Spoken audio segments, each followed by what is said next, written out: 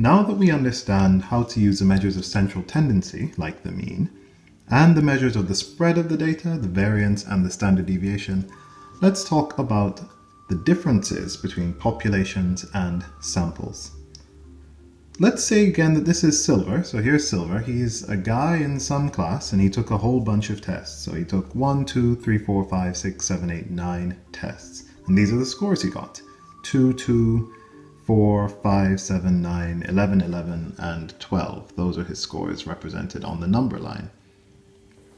If we were to calculate the different parameters for all of the data, so you take all the data into account and you calculate the mean and you calculate the variance, you calculate the standard deviation, those are parameters. Those describe the population, everything. But if you were to only pick out a few of the data points, so let's say you pick out the 5 and the 7 and the 9 and one of the 11s, and you only analyze some subset that you randomly select, that is called a sample. It means the same thing that it does in lay speech. A sample is just some smaller number of the entire population that you've selected to do your analyses on. Why would you do that? In this case, it doesn't really matter. You only have 9 data points, so there's not much motivation to take a sample.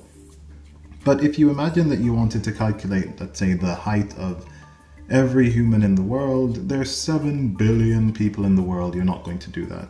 It's much easier just to select a few thousand people and make an estimate based on a sample, not the whole population. So let's take a look at what the symbols are for the population versus the sample. For the population, I'll write that here, population versus the sample. You calculate the mean for both in the same way, just that the symbols are a little bit different. For the population, the mean is represented by mu, that's what a mu looks like, equals the sum of all the observations in the population, represented by x, over big N, which is the total number of observations in the dataset. Easy. For the sample, it's exactly the same. The mean is represented by x bar, not mu, but you still calculate it by adding together all of the observations in the sample over the total number of observations in the sample. It's the same formula, except instead of using the whole population, you're using the sample, and the symbols are a little bit different.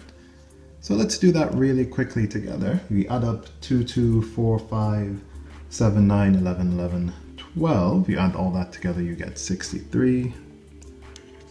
And you divide that by the total number in the population, which is 9. And you get 7. The sample, we add together 5, 7, 9, 11. You add those together, you get 32. And you divide them by the number in the sample, that's 1, 2, 3, 4.